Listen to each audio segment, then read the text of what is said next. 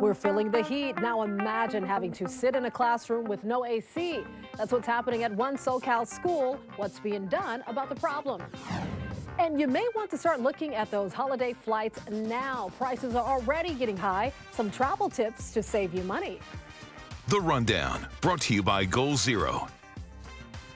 Welcome to The Rundown, everyone. I'm Robin Winston. More on those stories coming up in just a moment. But first, mandatory evacuation orders went into effect because of this brush fire near the 5 in Castaic. The route fire started at around noon on Wednesday and grew to at least 5,100 acres. 8 firefighters suffered heat-related injuries. Students at Bell High School are sweating it out through this heat wave. Air conditioning in some of the classrooms is not working. LAUSD says it is working to fix the problem, but as a short-term fix, classrooms without AC have box fans. But the students say they don't really help.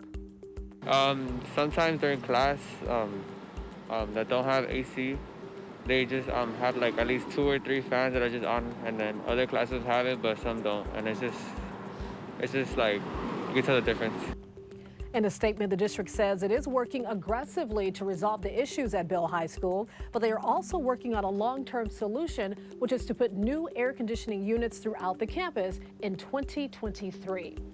New outdoor watering restrictions are now in place in Pasadena. The Pasadena Water and Power Service area is under a 1-day-per-week outdoor watering schedule. Even-numbered street addresses will be allowed to water on Mondays, odd-numbered streets on Tuesdays. Outdoor watering must take place before 9 a.m. or after 6 p.m. California has seen the driest 3-year period in state history. And there's no rain in sight anytime soon. Meteorologist Shauna Mendiola is tracking a heat wave that also increases our fire danger. All right, everybody, the risk of heat-related illness is going to run high all the way through next Tuesday with temperatures between 95 and 115. Some of the hottest days are ahead for the holiday weekend. Overnight lows are also not cooling down very much in the 70s, and that's why we've got those warnings, because you can put yourself at risk if you put yourself in this type of heat for several days. Drink plenty of water. We've got excessive heat warnings all the way through Labor Day. Most of our viewing areas under this, and the beaches not included right now, but as we head to Saturday, I wouldn't be surprised if you are also included with these temperatures reaching 90 degrees on Sunday. Temperature-wise, we are staying hot, and we are not changing for the next 7 days. A little up and down in terms of temperatures, but triple-digit heat continuing on this forecast. The LAPD released body cam and dash cam video from a crash in Florence that killed 2 people. A man and a woman were on their way home from work when a driver ran a red light, hitting their car. Police say this new video shows patrol officers following a speeding Cadillac on the morning of August 19th.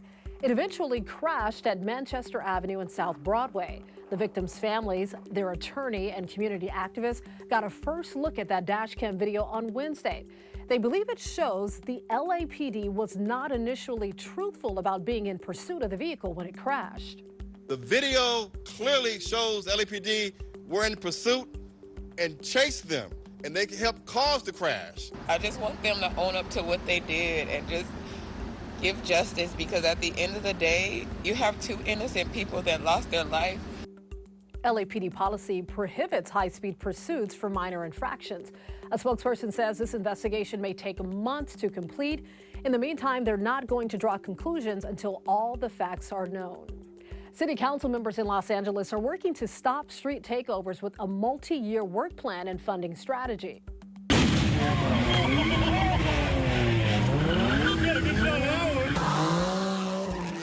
In the last 8 months alone, 6 people have died during or near street takeovers in LA.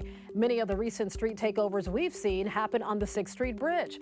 Officials are calling for more law enforcement, speed reduction, infrastructure, and slow street designs. I'm a power blackout, and I'm going to put you in the dark. What is that? It's the Yeti 3000X solar generator, a home backup system from Goal Zero. Take that, blackout. We're just wrapping up summer travel, but if you're planning to get away for the fall and winter holidays, prices are already high. The NBC4 I-Team's Carolyn Johnson has some money-saving tips for you. A lot of air travelers are feeling the price pinch. I used to go home and see my family, like every other weekend. But now it's like I have to plan it out months ahead of time. In fact, if you didn't book Thanksgiving flights a few months ago, you might pay for it big time. An I-Team producer recently bought a round-trip ticket from LAX to Chicago. The cost, $1,000, way out of most budgets. Scott Keyes with Scott's Cheap Flights isn't surprised. He says the best prices for Thanksgiving travel are typically late spring to early summer. In the same way that you see swimsuits cheapest to purchase in the winter and coats cheapest to purchase in the summer. Same with those peak season holiday flights. He says fares are volatile now, but they could drop. Here's his advice. If you book a pricey flight, keep your eye on it. Now that most airlines have done away with change fees, you can rebook the flight if the price drops and pocket the difference as a travel credit for a future flight. And if it drops even further, you can keep rebooking and keep pocketing the difference. And if those high fares are scaring you off, don't wait too long. Kai says mark your calendar to buy them by this specific date. If there's a fare I'm watching, it's staying high, I'm setting 21 days as the deadline, because on day 20 before your flight, chances are that fare is going to get even more expensive. If domestic flights are just too much to pay and you're up for an adventure, Kai says Thanksgiving week is the hidden gem for international travel. Sure enough, when we checked, a round-trip flight from LAX to Paris, even cheaper than that flight to Chicago. If you've got family who might be disappointed to miss you, invite them along, because this is when you're going to find some of the best value airfare of the entire year. Carolyn Johnson, NBC4 News. Grammy-nominated singer Avril Lavigne now has her star on the Hollywood Walk of Fame.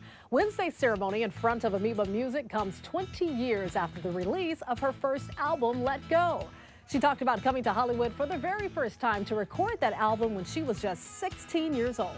So I can remember seeing these legendary names and I never could have imagined that mine would be here. This is so crazy. I am so grateful. This is probably one of the coolest days of my life. Machine Gun Kelly was a guest speaker at the event. He and Lavigne are co-headlining the U.S. portion of her 47-stop Love Sucks tour. The LA County Fair is celebrating their new springtime schedule with the announcement of their 2023 theme. It's called Spring into Fair, where fun blooms. I love it. The fair opens May 5th with the Cinco de Mayo party. It'll continue through Memorial Day, May 29th. All of the fair favorites will return, from the rides to educational programs and, of course, the food. I love the food. Seasonal passes for next year will go on sale online November 28th. Country icon Dolly Parton is spreading the love to our four-legged friend. She's creating a new pet apparel collection under the name Doggy Parton. Get it? Doggy Parton? So just look at that blonde bombshell wig. I love the wig.